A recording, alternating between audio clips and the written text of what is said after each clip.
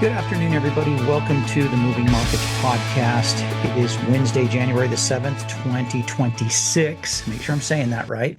And the U.S. stock market is just almost exactly 30 minutes from closing. I'm doing this at exactly the same time frame that I was doing it yesterday. Yesterday, I came on about 30 minutes before the market closed. I was going to wait until the close. But I wanted to see if I could get some information out to everyone prior to the markets actually closing. I'm going to try and be brief, be somewhat succinct, and then get this posted right away so that people can see it. There's a lot going on today, and honestly, it started with just what I would consider nothing more or nothing less than profit taking. I think the markets right at the open today. I'll go to the 1-day chart here on the Dow. Right at the open today, everything was up a little bit. It did not take very long for everything except for the NASDAQ to start moving down. The Dow started moving down, rebounded a little bit, moved down farther, rebounded, moved down farther. It's basically trading at its session lows right now. And with 30 minutes left to trade, I don't know that it's not going to go lower. This is one of those days where I think you could see in this last 30 minutes a little bit of an acceleration to the downside for a couple of reasons. Number one is the profit taking, and that continues. But number two is that on any given day, and there's never a day that the markets are open that we're immune from this happening. You've got announcements coming from the White House. Okay, this is a good thing for some stocks. This is not a good thing for some stocks, and this is casting a pall on everything in the market right now. When you get a news story like this, even though you could look at this initially and say, it's tragic. A woman was fatally shot in Minneapolis by an ICE agent. That is a tragic, horrible thing. I don't wish that on anybody. I have very strong opinions about what ICE should and shouldn't be doing. I have very strong opinions on what citizens should or shouldn't be doing. But I never want to see something like this happen. I never want to see someone get fatally shot. Now, from what I understand, I'll make a tiny commentary here, and then I'll just bring it back to the markets. From what I understand, this woman, this is what's being reported, this woman tried to use her car to run over ICE agents. That is attempted murder. And if she was fatally shot, and if that's accurate, and we'll learn a lot more later today and tomorrow, I'm sure. But if that is accurate, then ICE doing what they had to do to stop her may have been appropriate. I don't know yet. I don't know. But regardless, I hate to see this happen. When this news started to break, this market started to dip farther. The news like this, like I said, even though it may seem on the surface like it should be detached from the stock market, it's impossible for that to happen. It just isn't possible. Right around, this is when the news actually broke, was sometime in here, but this is right about the time when the story started to gain traction and it started to become the headline news and everyone started to hear about it. So this is a large part, this story of what's causing this sell-off. And when things like this happen, by the way, the Dow's at its session low right now, down 460 points. It just continues. And look, I'm going to predict right now with 27 minutes left to go tomorrow. I'm not going to be on for 27 minutes on this podcast, but with 27 minutes to go, I'm going to predict that the Dow Jones Industrial Average is that it finishes down around 550 points. I think we've got another 100 points or more that this market is going to fall. Now, part of it is this story that happened. Part of it is the profit taking, because we've had, let me switch this chart to the Dow. We've had this just incredible several days prior to today. And how can you blame people, really? I mean, look at Friday, Monday, and Tuesday. And when you look at what's happening today, it's not even giving back to where it opened yesterday, at least not so far. Now, when the dust settles, it could. And even that is not from purely from a trading standpoint, that's not the end of the world. That's not the most tragic thing that could happen is for us to have a day of profit taking. Um, 500 points down, 465 points, which is where it's at right now. That seems like a lot, but that's barely 1%. And we should be now accustomed to indexes that move well over 1% or more almost on a daily basis. Not every single day, but almost on a daily basis. I talk a lot lately, especially this past year, year and a half, about a 0.5% move or a 1/4% move up or down being practically nothing. It seems almost meaningless now to get a move to the upside or the downside that is only a 0.5 point or only a quarter, half a percentage or a 1/4 percentage point.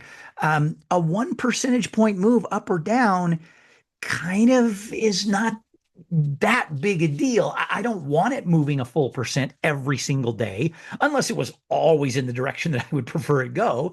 But it's the reality.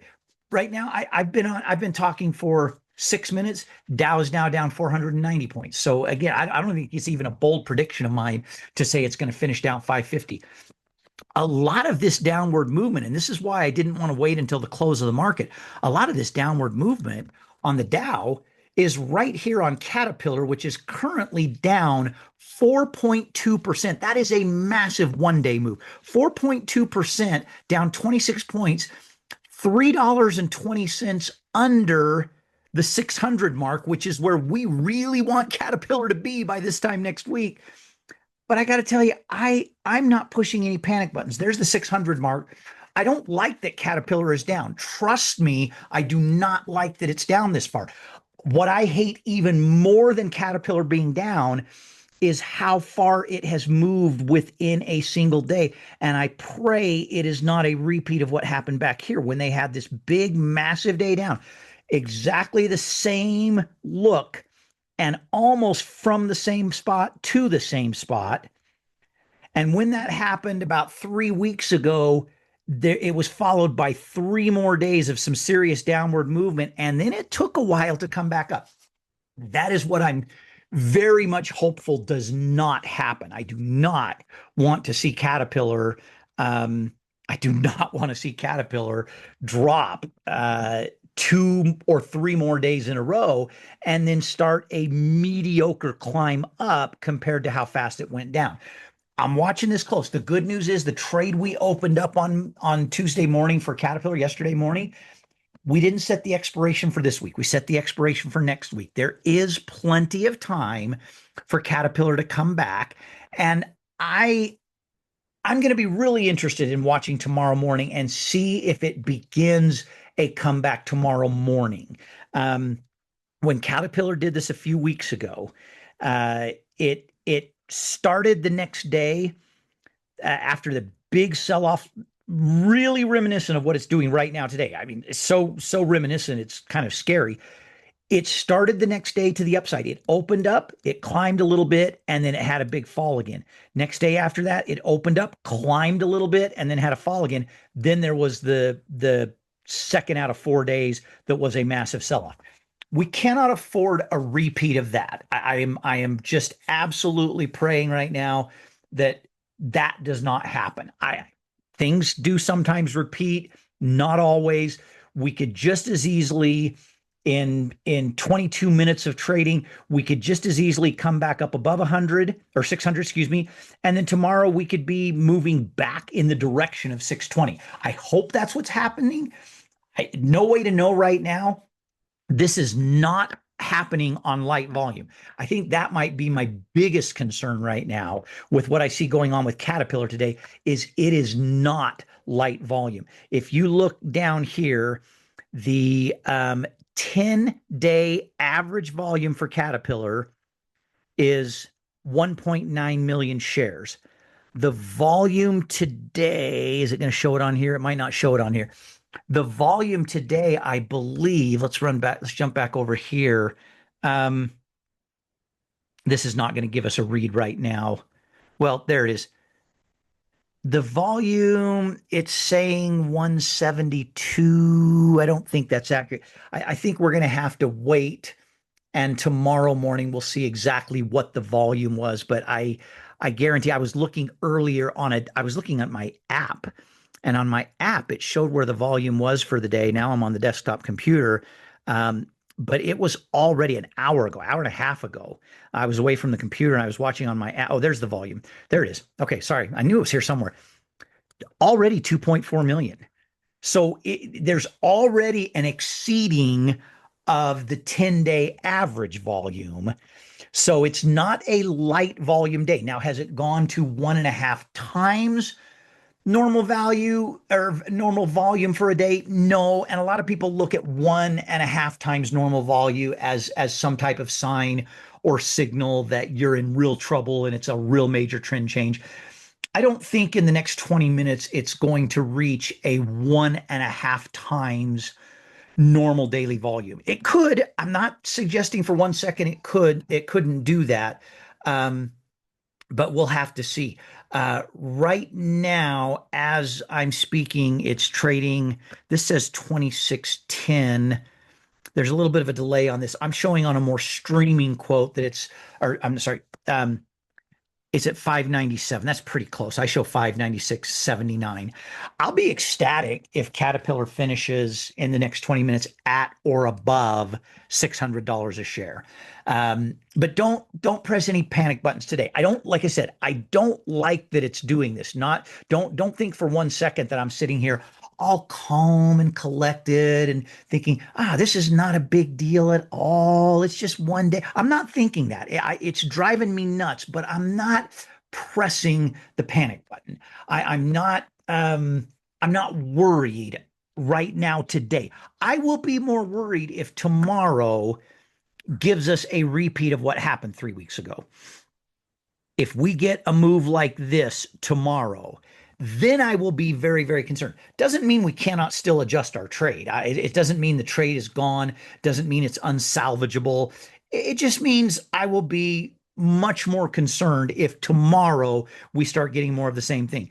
I'm hoping that today ends up being kind of a one-off and we get some more upward movement in the next couple of days.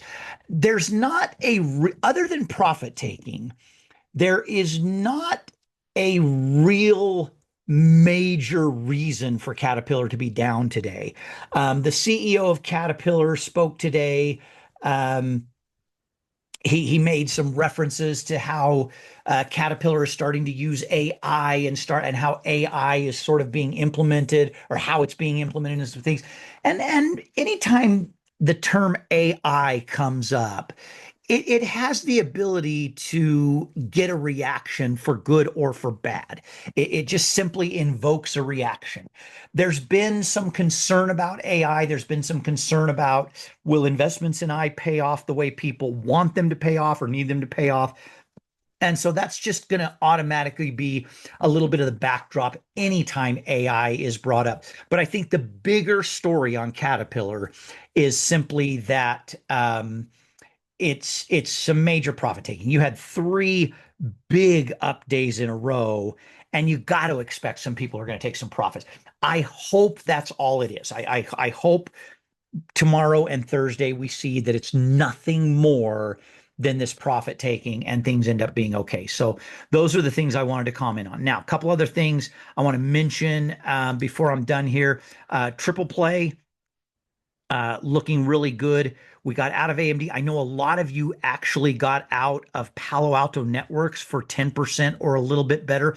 My Palo Alto Network trade, they're having a fantastic day, up almost 5%, and they have been up over 5% a couple of times today.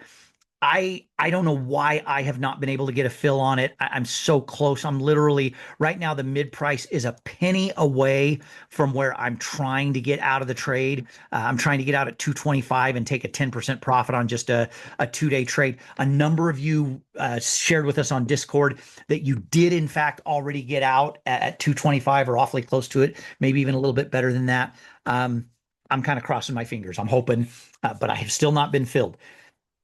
If I can get out today or tomorrow and I can get out at 225, I'm taking it. I'm more than willing to take that. That's a fantastic profit for just 2 days, and I'll take it, and I'll take it very willingly. Coin was interesting because earlier in the day it was up to 225, and I put on Discord that I would gladly take 225 on coin, and then it because it was way down this morning, then it rebounded back a little bit, and the mid price changed, and I don't think there's much of a chance to get out of coin today. When it was down here early in the trading day, I had the mid price bouncing around 225, 230, 235. I just couldn't get an order to fill. I was trying to get out on that one at 225 and just couldn't get it to happen. But I'm going to leave that order in place. If tomorrow I could get out of either or both of these for 10%, I'll take it. I'll take it in a heartbeat and be ecstatic. And then we'll look at our next trades to get into. So looking good right there. Going back to the spread trade side of things, Caterpillar looking bad today, but Walmart down a little bit, but not really hurting our trade. Amazon having another good day to the upside. It's only up $1 right now, but Amazon has been up today. They have been up as high as, go back to Amazon. Amazon had been as high as 245.29. They're at 241.83, up about 90 cents right now. Hopefully they continue to come back a little bit closer to where they were. It's just, again, this news, this tragic thing with the with an ICE agent shooting someone, that's just rocked things. That's just going to make it hard for this market to rebound today. I will not be surprised. There's only 15 minutes left to trade now. I won't be surprised if the NASDAQ actually goes negative. And here we are almost 500 points down, and it has been a little more than 500 points down a couple of times. Won't be shocked at all if that goes to 550. That was my official prediction. I hope I'm wrong. I'd rather see it come back and finish around 400 points down. And I'd like to see Caterpillar, which is now back up to 597.64. It's been as low as 596.16. So it's about $1.50 now above its low of the session. Love to see it finish above 600, but we'll see. All right. Hang in there. Don't be over panicked. Don't be over worried. We'll talk a lot about APLD tomorrow because they are going to report after the close today. Can't wait to see what goes on there. And we'll talk a lot more about that in the podcast tomorrow. In the meantime, hope you survived this Wednesday and have a great Thursday. And I'll be back online around the close of the market tomorrow. Thanks, everyone. Bye-bye.